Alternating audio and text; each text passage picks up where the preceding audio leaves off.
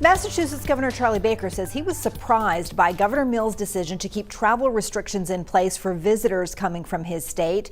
Massachusetts and Rhode Island are now the only New England states not exempt from Maine's travel restrictions. The Maine Tourism Association says in 2019, 34% of people visiting Maine for the day came from Massachusetts, and 16% of people staying overnight came from Mass, as well as making it the second biggest market.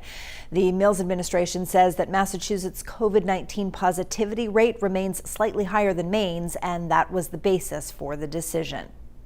According to the Maine CDC, there are 34 new cases of COVID-19 in the state as of yesterday, bringing the total number of active cases to 525. No new deaths were reported for the third day in a row, and 27 more Mainers have recovered. The Maine Department of Corrections says all coronavirus test results for residents at the Long Creek Youth Development Center came back negative. 146 of the 152 staff members also tested negative. Results for the other 6 are pending. The department first began testing staff and residents on June 27th after a person who had been released from the facility tested positive.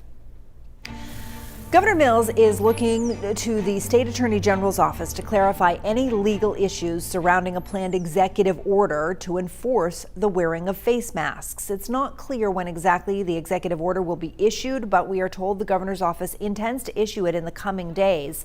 The announcement of a forthcoming executive order regarding mask wearing was welcome news for Elizabeth Kellett, who works at a large mid-coast grocery store.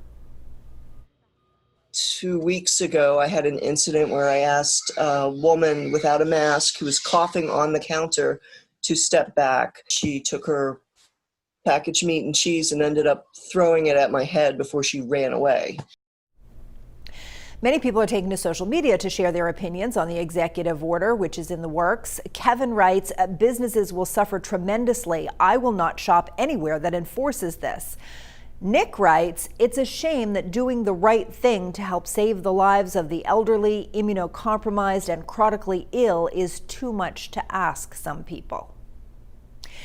The UMaine campus in Orono is getting ready for students to return at the end of August. Now that the decision has been made that in-person classes will resume, campus staff in Orono are they're setting aside rooms to be used if anyone tests positive and needs to quarantine.